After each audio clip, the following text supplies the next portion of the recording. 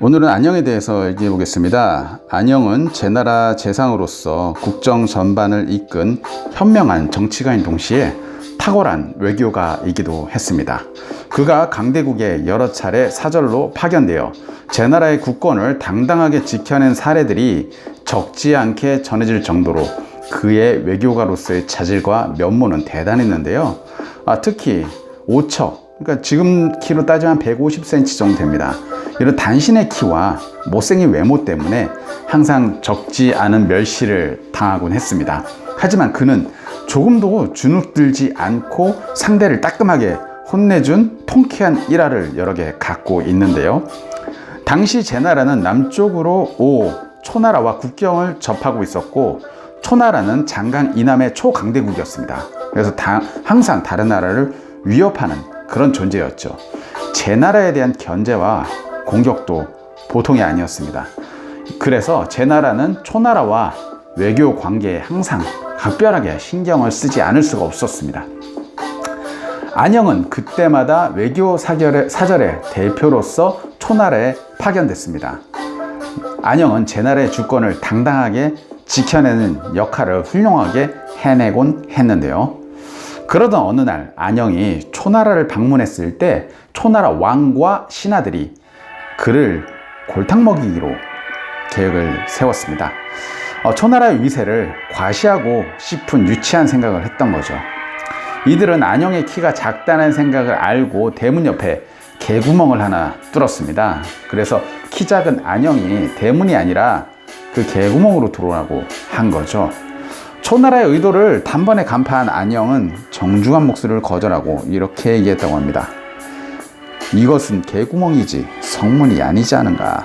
개의 나라에 사신으로 온 사람이면 이 구멍으로 들어가겠지만 나는 엄연히 개의 나라가 아닌 초나라의 사신으로 온 사람이다. 어디 한번 물어봅시다. 제가 지금 개의 나라에 온 것인가요? 아니면 초나라에 온 것인가요?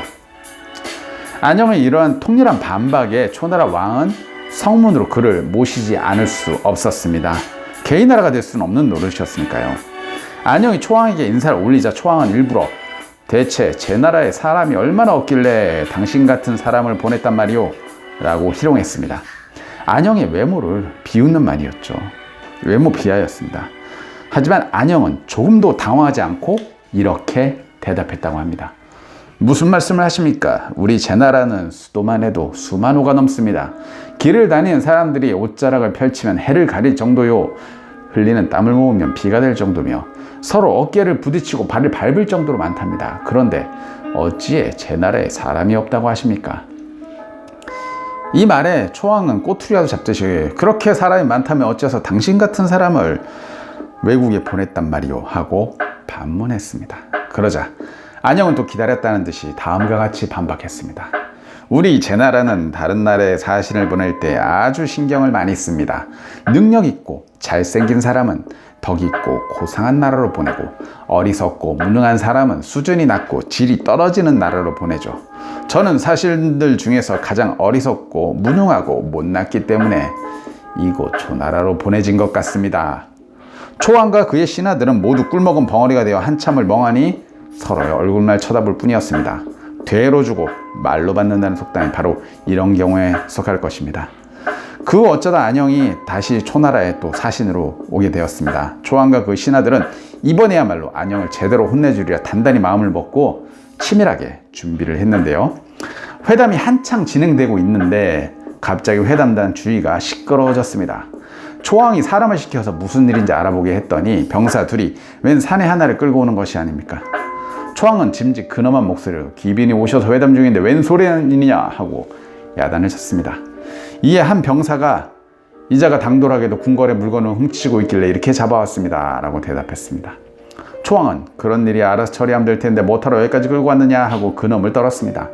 그러자 다른 병사 하나가 글쎄 이자의 내력을 알아봤더니 제 나라 출신이지 않습니까 하고 대답했습니다. 초왕은 미소를 지으면서 안영을 향해 말했습니다. 제 나라 사람들은 도둑질을 잘하는 모양이요 하며 신경을 건드렸습니다. 안영은 자리에서 일어나 초왕을 향해 정중하게 절을 올린 다음 이렇게 말했습니다. 듣자하니 제 나라의 귤이 회수를 건너 초나라에 오면 탱자로 변한다고 하더군요. 저 사람이 제 나라에 있을 때는 도둑질이란 것을 몰랐는데 초나라에 와서 도둑질을 배우다니 귤이 탱자로 변한 것처럼 초나라 풍토가 원래 그런 것입니까? 초나라와 신하들은 또 한 번 안영에게 호되게 당했습니다. 모든 사물과 인간관계는 상대적입니다. 길이 막혀있을 때는 돌아갈 줄 알아야 하고 전진하기 위해서는 물러날 줄도 알아야 됩니다.